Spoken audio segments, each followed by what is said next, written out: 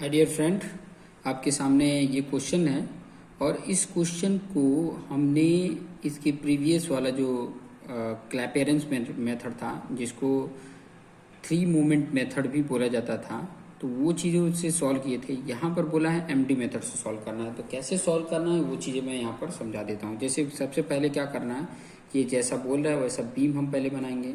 A continuous beam A B C is simply supported at A and C, मतलब simply supported बना देंगे।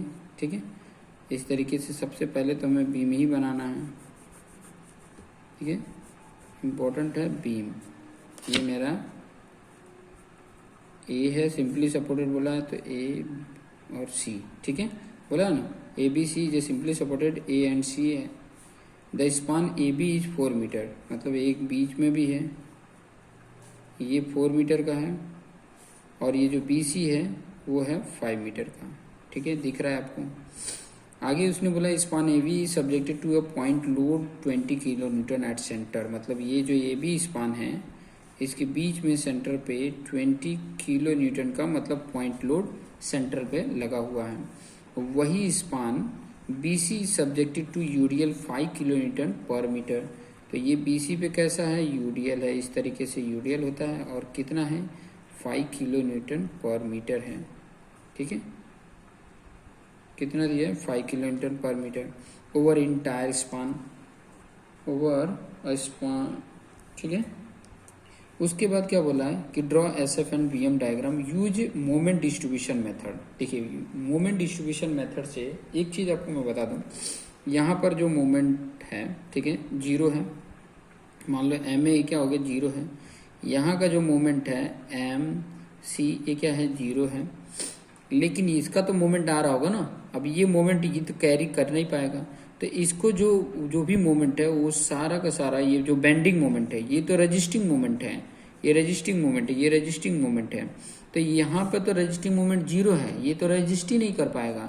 तो यहाँ पर ये जो मोमेंट आ रहा है इसकी तरफ से, बेंडिंग मोमेंट जो आ रहा है इसको रजिस्ट नहीं करेगा, तो ये क्या करेगा, यहाँ पे जो भी बेंडिंग मोमेंट आ रहा है उन सब को ट्रांसफर करेगा इधर, इन सब को ट्रांसफर करेगा इधर, और यहाँ पर क्या होता है, मोमेंट होता है। ठीक है, यहाँ पे क्या होता है, मोमेंट होता है, एम बी जो मोमेंट होता है। तो यही मोमेंट तो हमें फाइंड आउट करना है, रजिस्टिंग मोमेंट, कि कितना रजिस्टिंग मोमेंट होगा जिसकी वजह से क्या होगा, ये जो बेंडिंग मोमेंट आ रहा है उसको रजिस्ट कर सके, ये जो बेंडिंग मोमेंट आ रहा है उसको ये क्या कर सके, रजिस्ट कर सके।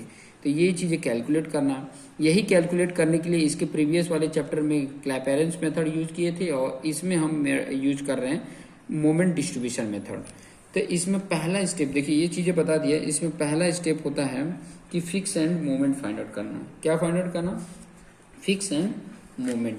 तो यहाँ पर लिख देता हूँ मैं, पहला फिक्स एंड मोमेंट। ठीक है, तो फिक्स एंड मोमेंट की अगर मैं बात करूँ, जिसको शॉर्ट में FEM भी बोलते हैं, तो यहाँ पे देखिए, इस अगर स्पान का देखेंगे तो FMAV इसको इंडिकेट करते हैं फिक्स एंड मोमेंट AB के लिए, AB के लिए मतलब यहाँ के लिए। ठीक है, यहाँ का मोमेंट के लिए, तो यहाँ के लिए ये वाले इस तरीके से डायरेक्शन के लिए, तो आपका मैंने बताया था -WL/8 होगा। पॉइंट लोड के लिए कैपिटल ये होता है, तो -20 इंटू L कितना है 4 डिवाइड बाई 8, और ये कैलकुलेट करने पे आ जाएगा -10 kilo newton into metre. Moment को इस तरीके से इंडिकेट करते हैं। ठीक है, अभी ये तो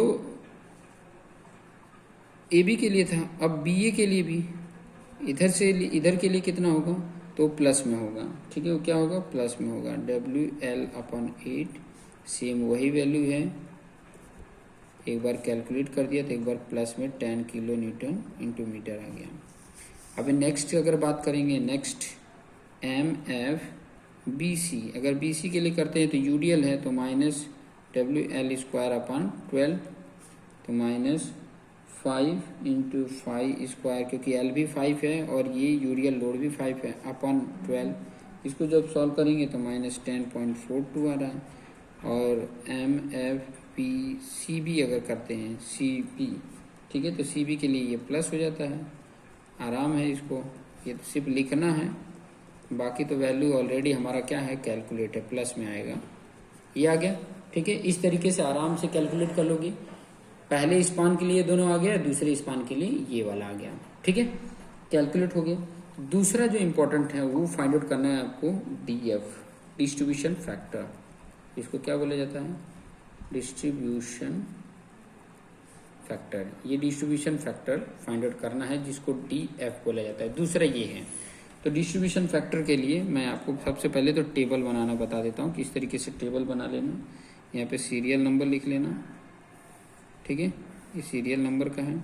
उसके बाद से जॉइंट लिख लेना, कैसे फाइंड आउट करना है वो सब बता दूंगा। यहाँ पे मेंबर लिख लेना, मेंबर, ठीक है। फिर उसके बाद से स्टीफनेस, जो स्टीफनेस के फाइंड आउट कर रहे हैं ये थोड़ा सा ज़्यादा रखना। फिर उसके बाद से समेशन के फाइंड आउट कर लेना, और फिर उसके बाद से डीएफ आपका मिल जाएगा। क्या मिल जाएगा? डीएफ। ये क्या होता है? के अपान समेशन के होता है। ये चीज़ ऑलरेडी आपको पता है, ठीक है। इस तरीके से आपने क्या कर देना, बना लेना। अब देखिए पहला की अगर मैं बात करूं, जॉइंट क्या है? एक बी ही जॉइंट है ना, ठीक है। जॉइंट बी अगर की बात करूं तो बी से क्या आएगा? एक तो आएगा बी ए आएगा, और एक आएगा बी सी आएगा। बी से ए और बी से सी की तरफ, ठीक है। तो बी से ए की तरफ अगर देखोगे तो फॉर एंड क्या है? फॉर एंड हिंज है, सिंपल सपोर्ट है ना। देखो अगर मैं बी जॉइंट की बात करूं तो बी ए की बात करूं तो यहाँ पे फॉर एंड क्या है? हिंज है, सिंपल है। तो उसके लिए क्या होता है? 3EI अपन एल, ये होता है 3EI अपन एल। एल क्या है? 4 है, तो इसका कितना आता है? 0.75 EI आ जाएगा। यही आ गया ना, ये EI तो ही रहने दो, 3/4 करोगे तो 0.75 आ जाएगा, ठीक है। BC के लिए इधर भी वही है, तो 3EI अपन एल, यहाँ पे 5 है। ये चीज़ें ध्यान रखना कि BC स्पान के लिए 5 है, नहीं सेम वही मत लिख देना। और इसको जब सॉल्व जब करोगे तो ये कितना आएगा? 0.6 EI। देखो 5 6 या 30 हो जाएगा, तो ये आ जाता है, ठीक है। आ गया। उसके बाद से अगर देखोगे कि इसका समेशन निकालोगे तो मतलब ये अपॉन टोटल क्या होगा? इन दोनों को जोड़ दो, कितना होगा? इनको जोड़ दोगे तो 1.35 हो जाएगा। समेशन की बात कर रहे हैं तो इन दोनों को जोड़ दो ना। ये जॉइंट के लिए समेशन क्या हो जाएगा? एक ही जॉइंट के लिए समेशन निकालते हैं, तो ये जॉइंट के लिए क्या आ जाएगा? 1.35 EI आ गया। और इसके लिए जब डीएफ कैलकुलेट करेंगे, डीएफ तो क्या होता है? ये अपन ये होगा, तो ये कैंसल, 0.75 अपन 1.35 करोगे तो कितना आ जाएगा? 0.55 आ गया। और ये अपन जब ये करेंगे तो 0.6 डिवाइड बाई 135 करना, तो आपकी EI तो कैंसिल हो जाएगा, तो यहाँ पर कितना आ जाएगा? 0.45। और एवरी जॉइंट पे देखना इन दोनों का सम 1 आना चाहिए, ये भी ध्यान में रखना, ठीक है। अब दूसरा थोड़ा सा और बड़ा कर लेते हैं इसको। दूसरा क्या है आपका? ए है, ए जॉइंट। ए जॉइंट पे अगर देखेंगे तो कोई मेंबर ही नहीं है। ए जॉइंट के लिए देखो, ए के आगे इधर कोई मेंबर नहीं है, ठीक है। स्टीफनेस उसका क्या होगा? कुछ नहीं, फिक्स रहता तो कुछ आता भी। डीएफ सिंपल के लिए 1 हो जाता है डायरेक्ट। तीसरा जो है सी, उसके लिए डीएफ क्या हो जाता है? डायरेक्ट 1 हो जाता है। ये चीज़ें ध्यान रखेंगे, ठीक है। इतना ही तो करना है, ठीक है। मेन जो अगर फिक्स रहता तब वहाँ पे कुछ वैल्यू हमें आता भी, लेकिन फिक्स नहीं है तो यहाँ पर डायरेक्ट यहाँ पे 1 लिख देना। डीएफ की वैल्यू क्या हो जाती है? सिंपली सपोर्टेड जहाँ पे ज्वाइंट है वहाँ पर डीएफ की वैल्यू 1 हो जाती है। ये लिख दिया, ठीक है। अब जो नेक्स्ट पॉइंट है, नेक्स्ट लेवल का वर्क है, वो क्या वर्क है? वो है मोमेंट डिस्ट्रीब्यूशन, ठीक है। मोमेंट का क्या करना है? डिस्ट्रीब्यूशन करना है। तो वो चीज़ें भी बता देता हूँ मैं। जो तीसरा लेवल का काम है वो है मोमेंट डिस्ट्रीब्यूशन। मैं हर वो टाइप का न्यूमेरिकल बता दूंगा जो आपको तकलीफ देता है, ठीक है। एमडी का हर वो टाइप का। तो मोमेंट डिस्ट्रीब्यूशन में ना सबसे पहले जितने जॉइंट है ना उसी का नाम लिख देना। ए जॉइंट है, बी जॉइंट है, सी जॉइंट है, ठीक है। और सबसे ऊपर क्या लिखोगे आप? सबसे पहले डीएफ लिख देना। क्या लिखोगे? डीएफ। सबसे पहले क्या लिखोगे? डीएफ को लिख दोगे, ठीक है। सबसे पहले क्या लिखोगे? डीएफ लिखोगे। सबसे पहले डीएफ कितना था? ए पर कितना था? ए पर कितना था, ए बी की तरफ जा रहा है तो 1 है, सी बी की तरफ है 1, यहाँ बी सी पे कितना आया था 0.45 और बी ए पे कितना आया था 0.55, ये आया था डी ए की वैल्यू। इसके नीचे लिखना fix end moment, FEM, fix end moment लिखना, ठीक है। तो फिक्स एंड मोमेंट में आपका देखेंगे तो इसका कितना था, इसका पहले -10 और इसका +10, इधर से इधर गए थे BC MFBC जब लिए थे तो -10.42 और ये +10.42 आया था, इतना आया था, ठीक है। अब यहाँ पर देखिए यहीं से आपका खेल चालू होता है, यहाँ पर कोई मोमेंट रजिस्टिंग नहीं होता है, यहाँ पर कोई मोमेंट रजिस्टिंग नहीं होता है, लेकिन यहाँ पे एंड मोमेंट आया है, ये एंड मोमेंट कुछ आ रहा है इतना, तो ये क्या करेंगे, इसको हमें 0 कर देना है। तो 0 कब होगा, जब ये सिंपल सपोर्ट है तो हम इसके रिलीज कर देंगे, इसके RELEAS release A and C, इसको रिलीज करेंगे, रिलीज करने में मतलब प्लस है तो माइनस से सम कर दो, और यहाँ पर माइनस है तो प्लस कर दो, ठीक है। और क्या कर देना है, कैरी ओवर कर देना है, किधर, बी की तरफ, ये बी की तरफ क्या कर देना है, कैरी ओवर कर देना है। तो यहाँ पर देखिए माइनस है ना तो +10 अगर कर दें, और यहाँ पर प्लस है तो -10.42 कर लिया, ठीक है। और कैरी ओवर कितना होगा, कैरी ओवर मतलब इधर से इधर कितना आएगा, इसका हाफ आ जाएगा, तो हाफ इसका कितना होगा -5.21 और इसका हाफ कितना होगा 5 हो जाएगा, क्योंकि देखो प्लस है, प्लस का हाफ आधा इधर और इसका आधा इधर ट्रांसफर हो जाता है, समझ में। कैरी देखो पहले तो हमने क्या कर दिया, इसको रिलीज कब करेंगे, कैसे करेंगे, जब ये प्लस है तो माइनस रख दिए, तो इनको सम करेंगे तो 0 हो गया, ठीक है।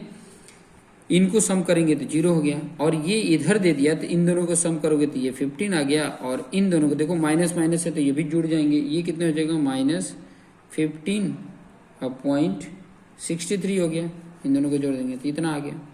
ये क्या हो गया, इनिशियल मोमेंट हो गया, अभी इनिशियल मोमेंट। लेकिन इनिशियल मोमेंट है, अगर यहाँ पर यही दोनों बराबर हो जाते हैं ना, ये दोनों जो मोमेंट हैं, क्योंकि जितना इधर मोमेंट लगाएगा रजिस्टिंग उतना इधर भी लगाएगा, ठीक है, क्योंकि एक ही है, ठीक है, एक ही टाइप का सपोर्ट है, तो इधर जितना मोमेंट लगाएगा उतना ही रजिस्टिंग मोमेंट इधर भी लगाएगा, तो ये दोनों सेम रहना चाहिए, ऑलमोस्ट सेम हो जाए, ठीक है, तब हमारा फाइनल मोमेंट आ जाएगा, बाकी ये तो 0 ही रहेंगे।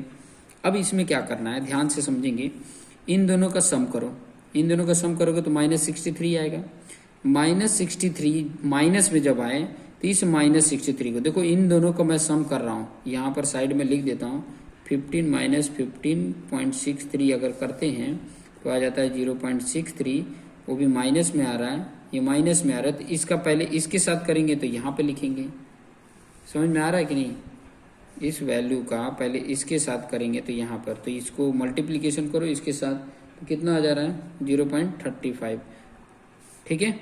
माइनस में था तो ये मल्टीप्लिकेशन करने पे प्लस में लिखेंगे, ये जब माइनस आए तो इसका मल्टीप्लिकेशन करके प्लस में लिखना, और जब प्लस आए तो माइनस में लिखना, ये दोनों वैल्यू, मतलब इनका सम जो है, इन दोनों का सम जो है अगर वो प्लस में आए तो ये दोनों वैल्यू जो आएगी, देखो जो आया वैल्यू उसका इसमें किए तो ये लिखा, उसका इसमें किए तो यहाँ पर आएगा, जैसे 0.63 का 0.45 के साथ करो कितना आ जाएगा 0.28 आ जाएगा, दोनों को मैंने प्लस लिखा क्योंकि इनका सम करने पे माइनस में आ रहा था। अब इसके बाद हम क्या करेंगे, बैलेंस करेंगे, यहाँ पे लिख दिया बैलेंस, इसको क्या करना, बैलेंस करना।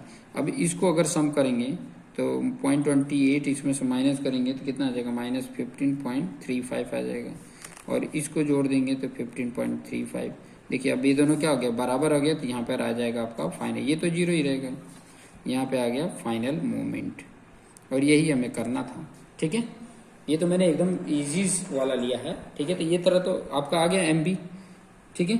अब यहाँ पर देखो, यहाँ पर मैं लिख भी देता हूँ, ये काम हो गया अभी इसका काम, ठीक है, मोमेंट डिस्ट्रीब्यूशन हो गया, मोमेंट डिस्ट्रीब्यूशन करना था, ठीक है, इसीलिए इसको मेथड का नाम ही रख दिया था।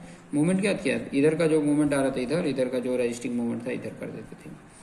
अब यहाँ पर MA कितना था 0, MC कितना था 0, MB कितना आया 15.35, ठीक है, 15, ये दोनों आया प्लस माइनस, ठीक है, ये आ गया MB।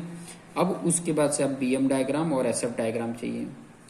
चौथा पॉइंट आ गया आपका BM डायग्राम, ठीक है। तो BM डायग्राम में आप थोड़ा सा देखेंगे तो आपका जो बीम था पहला वाला जो स्पान, उस पर क्या था, पॉइंट लोड था। तो पॉइंट लोड का मैक्सिमम, पॉइंट लोड अगर किसी भी स्पान पे लग रहा है तो उसका मैक्सिमम मोमेंट, बेंडिंग मोमेंट कितना होगा, बेंडिंग मोमेंट कितना होगा। तो हम बेंडिंग मोमेंट निकालते थे, यहाँ पे लिख देता हूँ, फॉर स्पान AB का जो मैक्सिमम बेंडिंग मोमेंट हो रहा था वो कितना होता था, WL/4 होता है। इसमें बहुत आप लोग कंफ्यूज होते हैं, कहीं WL²/8 लेते हैं, कहीं WL/4 लेते हैं, कहीं WL/8 ले रहे हैं, कहीं WL²/12 ले रहे हैं। तो ये चीज़ें बार बार करोगे तो आपको समझ में आ जाएगा। यहाँ पर बीम का मैक्सिमम मोमेंट, बेंडिंग मोमेंट कहाँ पे आ रहा था, ठीक है, वो रेजिस्टिंग मोमेंट है। तो यहाँ पर इसको कैलकुलेट करेंगे तो ये 20 × 4/4 आ जा रहा है, L4 था, ये आ जा रहा है। तो यहाँ पे कितना आ गया, 20 kN/मीटर आ गया, ठीक है, स्पान का मैक्सिमम। और वही फॉर स्पान BC के लिए, BC पे UDL था, तो UDL के लिए क्या होता है, मैक्सिमम बीच में ही होगा, ये भी बीच में ही लगेगा, ये जो मोमेंट बेंडिंग आएगा वो बीच में ही होगा, इसका भी क्या होगा, बीच में ही आएगा मैक्सिमम। और वो होता है WL²/8 होता है। W कितना है, 5, L कितना था, 5 का स्क्वायर/8। इसको जब सॉल्व करेंगे तो 15.62 kN/मीटर आ गया, इतना समझ में आ गया, ठीक है। चलिए अभी आगे बढ़ते हैं। अब मुझे क्या चाहिए था, ठीक है, ये दोनों जब कैलकुलेट हो गए तो अब बीम मैं थोड़ा बना के और आपको BM सेपरेट ड्रॉ कर देता हूँ। देखिए इस तरीके का बीम था, एक यहाँ पे था, एक यहाँ पे था, ये A था, ये B था, ये C था, यहाँ पर ये 20 kN था, और यहाँ पर ये वाला जो था ये 5 kN/मीटर था, ये 5 मीटर का था, ये 4 मीटर का था। अब मैं इसका बनाऊंगा जब BM डायग्राम, तो देखिए इसको सबसे पहले तो मैं डैश ये कर लेता हूँ क्योंकि मेरे लिए आसान रहेगा। ये सबसे पहले ये ड्रॉ हुआ, इसका मैक्सिमम ट्रायंगुलर शेप में आएगा, कितना आया था 20, इसका कम है WL² मतलब 15 है, तो यहाँ पर ऐसे बनेगा, ये पैराबोलिक कर्व बनता है। और इसका जो आया था MB का वो कितना आया था 15.35, ये इधर भी आ जाएगा, तो इसको इधर से मिला देते हैं, ये MB का आ गया, ये आया 15.35, ये आया आपका 15.62, और ये आया है 20 kN/मीटर, ये kN/मीटर, और ये kN/मीटर। यहाँ पर इतना, यहाँ पर इतना, यहाँ पर इतना, ठीक है। तो ये आपका आ गया, ये वाला माइनस में, ये वाला प्लस में है। इस तरीके से आपका बेंडिंग मोमेंट डायग्राम बन गया, BM डायग्राम। समझ में आ गया होगा, ये A है, ये B है, यहाँ पे C है, ये BM डायग्राम आपका ड्रॉ हो गया, ठीक है, समझ में आ गया, ओके। अब उसके बाद से SF डायग्राम, SF डायग्राम तभी ड्रॉ होगा जब उसकी जो ये सपोर्ट रिएक्शन आपको फाइंड आउट होंगे, सपोर्ट रिएक्शन फाइंड आउट होंगे तभी आप उसको कर सकते हो। पांचवा आपका वही आ जाता है। तो सपोर्ट रिएक्शन कैलकुलेट करने के लिए, फाइंड आउट करने के लिए जो आप क्लैपियरेंस में करते थे वही यहाँ पर भी कर लेंगे, वही चीज़ें यहाँ पर भी कर लेंगे। तो मैं यहाँ पर करके ही बता देता हूँ। आपके सामने बीम है ना, ये दिख रहा है ना, बीम को लेके ही चलते हैं। इसी बेस पे मैं आपको SF डायग्राम भी बता देता हूँ। यहाँ पे पांचवा पॉइंट लिख देते हैं, ठीक है। और बीम आपके सामने दिख रहा है, तो देखिए ये A है तो RA, यहाँ पर ये RC और यहाँ पे RB, ठीक है। इसको हम सबसे पहले क्या करते थे, सेपरेट करते थे। एक तो यहाँ पर ये आ गया पॉइंट लोड के कारण, ये 20 kN है, ये 4 मीटर है। यहाँ पर RA, यहाँ पर RB 1AB, और दूसरा एक ये आता था RB 2, यहाँ पर RC, यहाँ पर ये UDL है 5 kN पर मीटर का, ठीक है। ये 5 मीटर का था। ये चीज़ें आपके सामने दिख रही है, ये चीज़ अभी बना दिया, ठीक है। अब उसके बाद क्या करना है, हम क्या करते थे, पहले क्या कर लेंगे, टेकिंग मोमेंट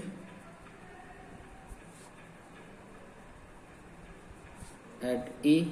देखिए एक तो मोमेंट यहाँ पर MA भी है और एक मोमेंट यहाँ पर MB भी है, ये भी ध्यान रखना है, ये भूलना मत, ठीक है। यहाँ पर भी MB है और यहाँ पर रजिस्टिंग मोमेंट MC भी है, ये भी ध्यान में रखना, नहीं तो क्या गलती कर दोगे। टेकिंग मोमेंट एट ए पर मोमेंट लिया तो देखो यहाँ पर RA इंटू डिस्टेंस कितना है, यहाँ पे 0 है, तो ये तो 0 हो गया। फिर ये RB इंटू, देखो जितने भी एंटी क्लॉकवाइज एक साथ ले लेते हैं। MA एंटी क्लॉकवाइज है, ये एंटी क्लॉकवाइज है, ये आपका क्लॉकवाइज, और ये मोमेंट देखेंगे तो ये भी क्लॉकवाइज है। तो एंटी क्लॉकवाइज में सिर्फ RB1 इंटू डिस्टेंस कितना है 4 मीटर तक का, और क्लॉकवाइज इधर रख लेते हैं, तो ये क्लॉकवाइज जा रहा है, देखो 20 इंटू डिस्टेंस कितना होगा 2 होगा, लोड इंटू डिस्टेंस ही होता है। अब प्लस ये वाला मोमेंट, ये भी कैसा है क्लॉकवाइज है, और कितना है MB की वैल्यू कितना आया था 15.35, ठीक है। इसको सॉल्व करेंगे, ये दोनों को सम करके और ये 4 से डिवाइड कर देंगे तो RB1 आ गया, RB1 आ गया, तो RB1 कितना आ जाएगा 13.84 आ गया, ठीक है, किलो न्यूटन, ये आ गया। उसके बाद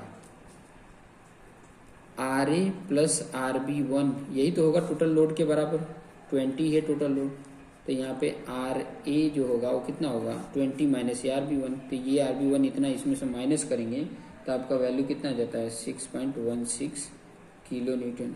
ये RA भी फाइंड आउट हो गया एक, ये RB1 भी फाइंड आउट हो गया। अब यहाँ पे देखिए, यहाँ पर इसके लिए अब मोमेंट ले लेते हैं, टेकिंग मोमेंट एट, यहाँ पर B पे ले लेते हैं, B पर, ठीक है, टेकिंग मोमेंट एट B पे। तो यहाँ पर देखेंगे क्लॉक इस तरीके से एंटी क्लॉकवाइज में RC इंटू 5 हो जाएगा,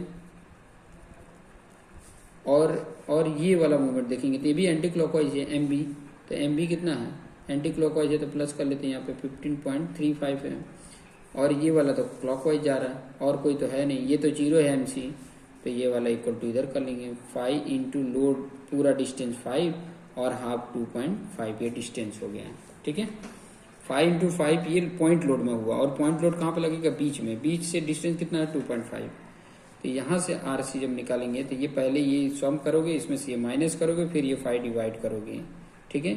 तो कितना आ जाएगा, इसको जब सॉल्व करते हैं तो आ जाता है पहले 9.43 किलो न्यूटन आ जाएगा।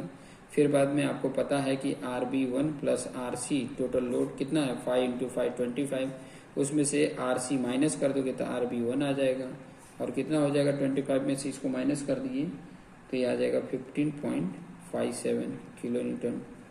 फिर RB कैलकुलेट करोगे, RB1 प्लस RB2, देखो एक तो ये मिला RB, ये 2 लिखना चाहिए था 2, ठीक है, RB2 था, ठीक है। तो RB1 प्लस RB2 दोनों को ऐड कर दो, एक आया है 13.84 और एक आया है 15.57, ये जब दोनों को जोड़ दोगे तो आपका आ जाता है 29.41, ये वैल्यू आ जाता है RB का किलो न्यूटन। तो अब आपको सीधा सीधा पहले बीम बना देता, फिर ऐसा डायग्राम ड्रॉ कर देता हूँ, देखो ये, क्योंकि यहाँ पे अलग अलग किया है मैंने, वहाँ पे अलग अलग करके मैंने फाइंड आउट किया, यहाँ पे पूरा एक साथ लेके, और आपको यहाँ 5 मीटर है, यहाँ ये 4 मीटर है, ये A था, ये B था, ये C था, ठीक है। और वैल्यू भी तो लिख दूँ, ठीक है। इसका RA की वैल्यू कितना है 6.16 किलो न्यूटन, इसकी वैल्यू 29.41 किलो न्यूटन, इसकी वैल्यू 59.57। ये लोड की ज़रूरत होती है, यहाँ पे मूवमेंट की ज़रूरत नहीं होती है। तो इसका जब ऐसा डायग्राम ड्रॉ करेंगे, देखो सिंपल सा है, बहुत ही आसान है, आप मेरे साथ करोगे ना तो आपको आसानी से आ जाएगा। और पहला नंबर तो मैं एक चीज़ बोल दूं कि मेरे चैनल के 85% ऐसे बंदे खाली वॉचिंग करते हैं, सब्सक्राइब ही नहीं करते हैं, पता नहीं क्या है उनको, तो सब्सक्राइब कर लो यार। 85% मैं आपको एक वीडियो भी बना के शेयर किया हूँ, 85% बंदे ऐसे हैं जो सब्सक्राइब ही नहीं करते हैं, सिर्फ वॉचिंग करते हैं, तो भाई सब्सक्राइब भी कर लिया करो, ठीक है। तो यहाँ पर चलिए देखिए, सबसे पहले ऐसा डायग्राम ड्रॉ करने के लिए यहाँ पर थोड़ा सा ध्यान देंगे, यहाँ पे कितना है 6.16 है ना, तो ये ऊपर की तरफ है तो ऊपर आ गया यहाँ पे 6.6 किलो न्यूटन। यहाँ से यहाँ तक देखिए, ये लोड का भी इधर बना देता हूँ, ठीक है। यहाँ तक कोई लोड नहीं है तो यहाँ तक तो वही रहेगा। अभी ये कितना 20, तो इसमें 20 करोगे तो माइनस करोगे तो यहाँ पे कुछ आ जाएगा, मतलब माइनस जब करोगे 6.16 में 20 माइनस करोगे तो अप्रोक्सीमेट 13 पॉइंट समथिंग आएगा। ठीक है, नीचे आ गया। अभी यहाँ तक तो कोई लोड नहीं है तो सीधा जाएगा, नो स्लोप। ठीक है, उसके बाद यहाँ पे कितना 29.41, तो 20 यहाँ पर समझ लो अप्रोक्सीमेट, मैं यहाँ पर कैल्सी में अब माइनस करोगे ना तो आपको पता चल जाएगा। ठीक है, कितना आ रहा है 13.84 आ रहा है। देखो यहाँ पर तो आप 6.616 हो। ठीक है, 6.16 हो। अब 6.16 में ये 20 जो है ये माइनस करोगे तो माइनस 13.84, मतलब ये माइनस में आया, ये माइनस यहाँ तक वही है 13.84, वो भी माइनस में। अब इसमें ये 29.41 ऐड करोगे तो कितना आएगा 15.57 मान लो यहाँ पे आएगा, तो ये सीधा इधर आ गया। ठीक है, ये सीधा रहेगा, थोड़ा मेरा अच्छे से नहीं बन रहा है, 15.57 आ गया। ठीक है, उसके बाद क्या माइनस करोगे, ये यूडियल लोड 5 × 5 25 माइनस करोगे तो कितना आ जाएगा 9.43 यहाँ पे कुछ आ रहा होगा 9.43। तो ये कैसा यूडियल है तो इसका स्लोप इंक्लाइन आता है, तो ऐसे आ जाएगा, सीधा इधर आ गया। और यहाँ पर देखोगे तो 15.57 है। ठीक है, यहाँ पर 9.43 है ना, हाँ ये गलत लिख दिया है। ये लोड कितना था 9.43 किलो न्यूटन ही था, तो यहाँ पे 9.43 से यहाँ पे 0 आ गया। ठीक है, तो इस तरीके से आपका यहाँ पर बन जाता है, ये सी था, ये बी था, ये ए था। इस तरीके का आपका डायग्राम, ये पॉजिटिव ये दो निगेटिव, तो इस तरीके का आपका एसएफ डायग्राम बन जाता है। यहाँ पे लिख देंगे एसएफ डायग्राम। यही लॉजिक लगाना है, एसएफ डायग्राम ड्रॉ करने के लिए यही लॉजिक लगाना है। तो इस तरीके से आप देखिए एमडी मेथड को देखो समझा के कर रहा था तो इतना टाइम लगा। ठीक है, अप्रोक्सीमेट क्लैपेरेंस मेथड इसमें इस तरीके के लिए इजी लगेगा। ठीक है, ये जो 2 स्पान है तो उसके लिए इजी है, लेकिन जहाँ पे 3 स्पान 4 स्पान आ जाते हैं तो उसके लिए एमडी मेथड इजी होता है। ठीक है, तब वो ज़्यादा लेबोरियस हो जाएगा, बहुत ज़्यादा कॉम्प्लिकेटेड हो जाएगा क्लैपेरेंस।